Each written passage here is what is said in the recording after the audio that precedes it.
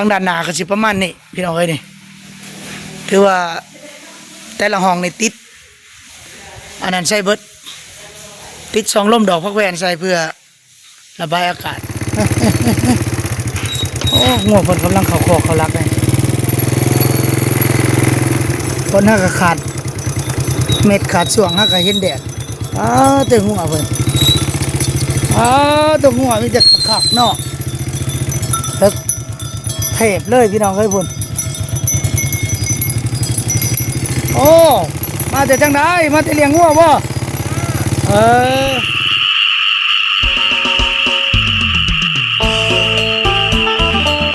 เอาสบายดีพี่น้องใน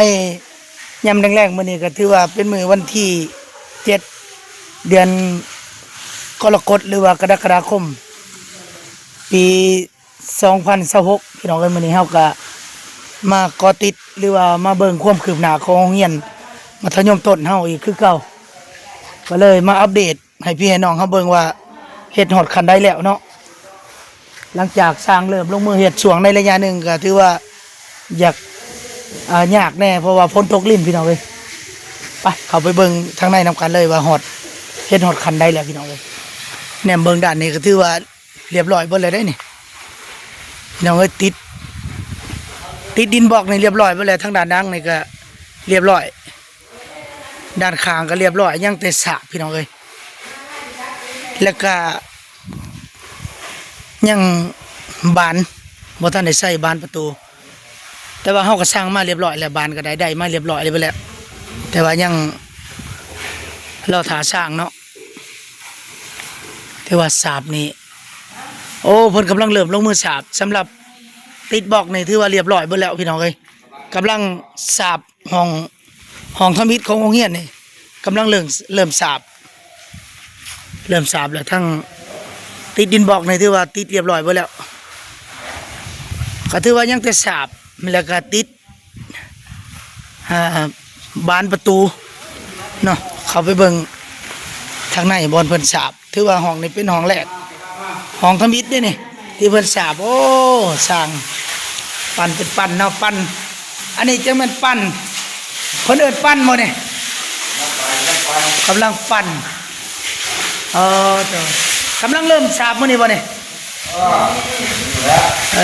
กำลังเริ่มลงมือสาบคือว่ามื้อนี้แล้วว่ายังในห้องนี่เนาะแล้วได้นี่เนาะยังแต่ปั้นเท่านั้นคือว่าเพิ่นสาบแล้วปั้นแห้งแล้วก็เรียบร้อยเลยห้องนี่มื้อละห้องบ่ได้บ่มื้อละห้องสำหรับสาบได้อยู่มื้อละห้องแน่ก็แสดงว่าอีกยัง2วันนี่ก็เรียบร้อยสำหรับสาบคันได้เร่งก็บ่โดนเนาะนี่อันนี้กำลังสาบพี่น้องเอ้ยเบิ่งทางในก็ถือว่ากว้างอยู่ห้องนี่ก็มีความยาว7 คูณ 8 เมตรความยาวนี่8ความกว้างนี่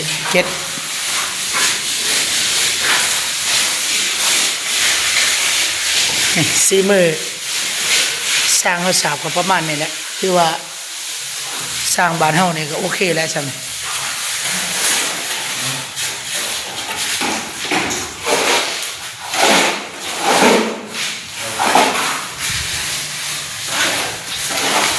กำลังสิปั่นกันนี่ไปรอเบิ่งห้องอื่นนี่ก่อนห้องนี้ก็สาบเรียบร้อยหมดแล้วโอ้บ่ทันได้สาบติดดินบล็อกเรียบร้อยหมดแล้วแต่ละห้องนี่คือว่าเริ่มสาบบ่นี่ทางด้านหน้าก็สิประมาณนี้พี่น้องเอ้ยนี่ถือว่าแต่ละห้องนี่ติดอันนั้นใส่เบิดติด2ลมดอกพักแวนใส่เพื่อระบายอากาศ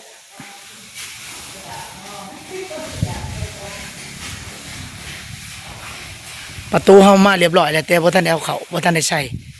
พี่น้องเอ้ยอันนี้แม่นความคืบหน้าของโรงเรียนมัธยมเฮามัธยมต้นน้องคอนสาขาเสบางเฮียงอัปเดตให้พี่ให้น้องเบิ่งในวันที่17พี่น้องเอ้ยวันที่17เดือน7ปี2026คาดว่าคือสิปีนี้จังได๋ก็ทัน แน่นอนในช่วงเดือนเก้าหรือว่าเดือนกันยาพี่น้องเอ้ยโตะตั้งก็สั่งเรียบร้อยแล้วสั่งโต๊ะมาเพิ่มอีกถือว่า40หน่วยโต๊ะนี่สิเป็นเก้าอี้นั่งอ้ายเบิ่ง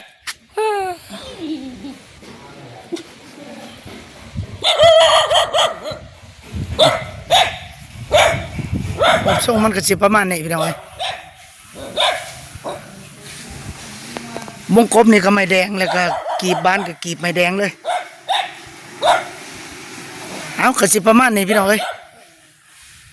สำหรับสร้างศาสตร์นี่สุดยอดเลยสร้างนะหัวหน้าทีมงาน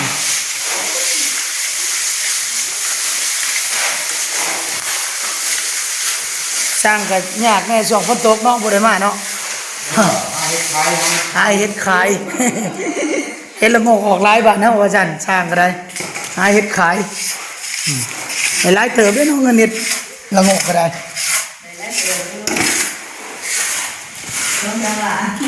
2-3 ล้านพุ่นได้พี่น้องเอ้ยเพิ่นได้เลย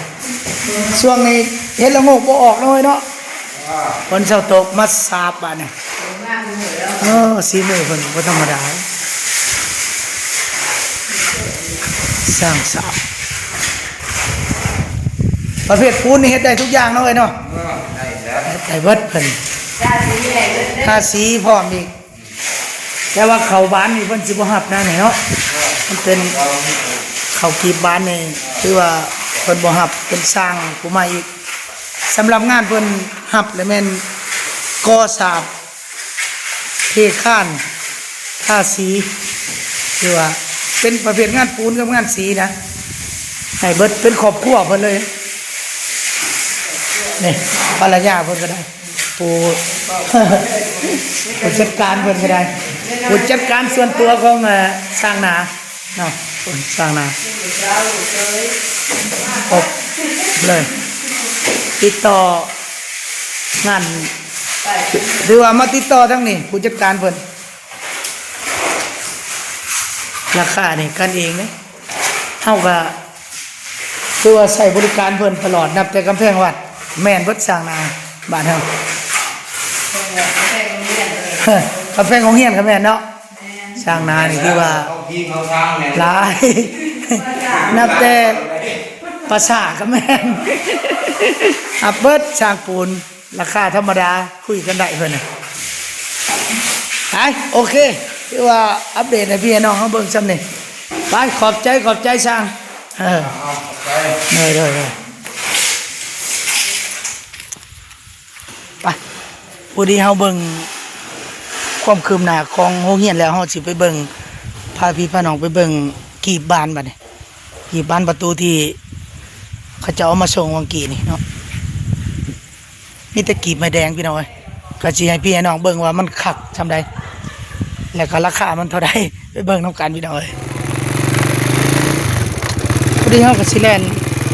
เมื่อแล้วก็ไปแวะเบิ่งวงกบอยู่เงินการห้องในบ้านเลยไปแวะเบิ่งกีบบ้านนะบ่แม่นวงกบ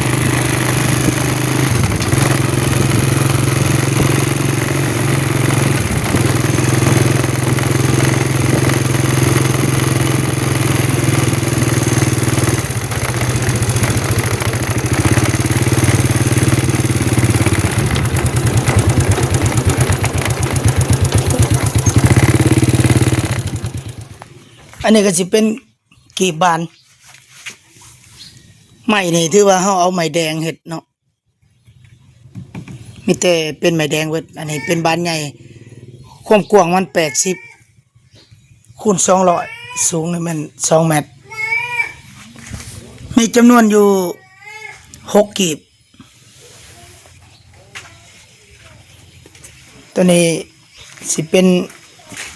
กีบบานน้อยบานประตู50คูณเมตรนั่นตัวนี้แต่ว่าความกว้างนี่50เซนแล้วก็ความยาวนี่1 เมตรเป็น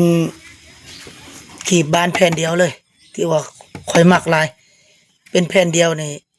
มันสิคักกว่านี่ที่ว่าเฮาสั่งเอา แบบแผ่นเดียวเลยมันจะสิแน่นหน้าดีมีแต่ไม้แดงทั้งนั้นเลยมีอยู่16กีบ1 2 3 4 5 6 8 10 12 14 16กีบเพราะว่าประตูเฮานี่มีอยู่8ป่องเหยียบเฮาถือว่าไม้ที่เฮาเลือกเฮาเอาไม้แดงก็มีตำหนิอยู่บ่มีปัญหานี่ถือว่าผู้ดีเฮาลงแหลกสีแหลกนี่มันงามนี่มันมีตามันนี่เวลาใส่สีขัดเงาหรือว่าสีสแลกลงไปนี่งามเลย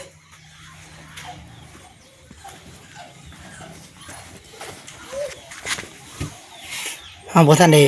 ทาสีบ่ทันได้ลงสีสแลกอากาศมาใหม่ๆมันมาดอันนี้สิเป็นบ้านหาตาถือว่ามีความพร้อมเรียบร้อยเดี๋ยวเฮาบ่ทันได้ใช้ยังรอท่าสร้างสาบแล้วพุ่นแหละจังสิได้ใส่บานประตูหรือว่าเฮาสิติดต่อสร้างมาเฮ็ดพร้อมกันก็ได้เข้าบ้านเลยตอนที่พวกนายสร้างสาบไปนำแล้วก็เข้าบ้านไปพร้อมเพราะว่าคนละหน่วยงานนะพวกสร้างปูนเพิ่นก็รับแต่ปูนอันนี้ก็ถือว่าเป็นความคืบหน้าของโรงเรียนมัธยมเฮาให้พี่ให้น้องเฮาได้เบิ่งนํกันไปโอเคบัดนี้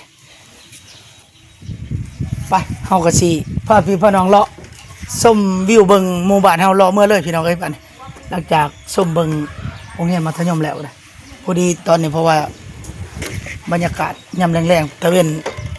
กำลังค่อยค่ำพอดีเลย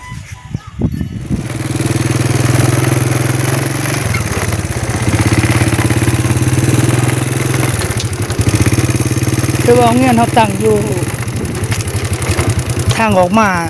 ทางดำพี่เป็นหมู่บ้านเนาะเป็นคุ้มเนาะเป็นคุ้มนึงอีก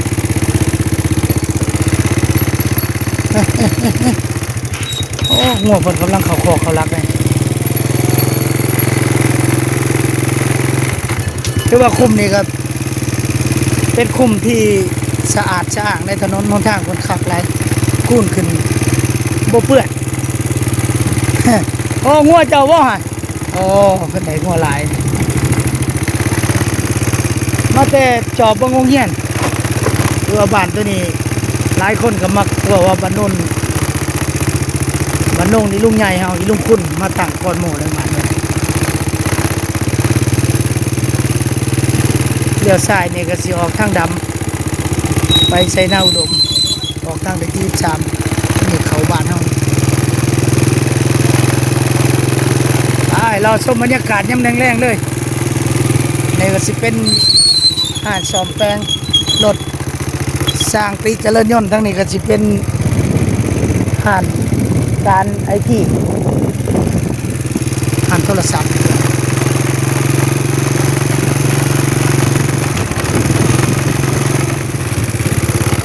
ทั้งนี้ก็กำลังดำนาแรง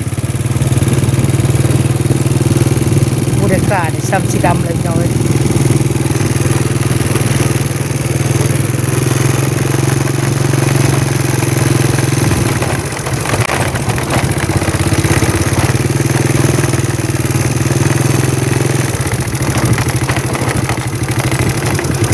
คนหักขาดเม็ดขาดส่วงหักเห็นแดดตึงหัวเพิ่นตึงหัวมีแต่ขักเนาะเลิกเทพเลยพี่น้องเอ้ยพุ่นโอ้มาแต่จังไดมาแต่เลี้ยงงัวบ่ไล่เขามาบ้านบ่โตคนเลี้ยงงัวนี่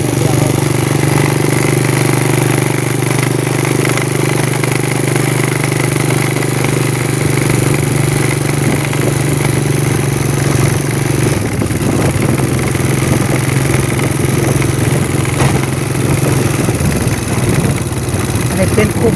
นอนบ่แก้วแต่ว่าเป็นบ้านเดียวกันนั่นแหละกับบ้านเฮาเพิ่นจะเอิ้นเป็นกลุ่ม กลุ่มโนนบ่อแก้วแล้วก็มีกลุ่มโนนสมบัติกลุ่มน้องคอนใหญ่ที่มานี่เป็นโค้งหักศอกแล่นลัดไปพุ่นเลยครับเป็นน้องคอนใหญ่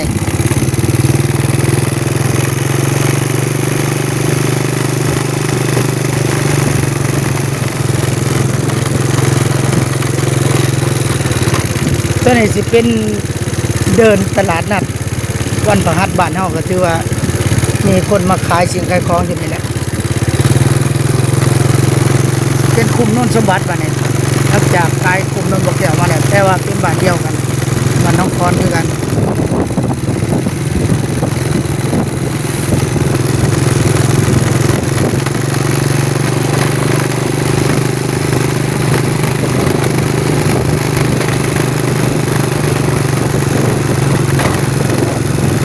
ก้าวเข้าคุมโนนสมบัตินั่นเอง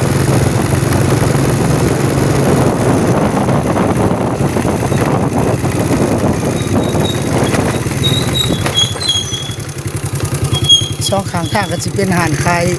เครื่องตัวนี้เป็นทางสีแยกเดี๋ยวไปนี่ก็ถือว่าเขาคุมน้องคอนใหญ่แล้วก็ไปโรงเรียนประถมปอบเอาสัตว์เป็นทางด้านได้ไปนอนหรือว่าทางเสด็จนอดจุดชุมสามารถออกใช้เวียดนามได้เช่น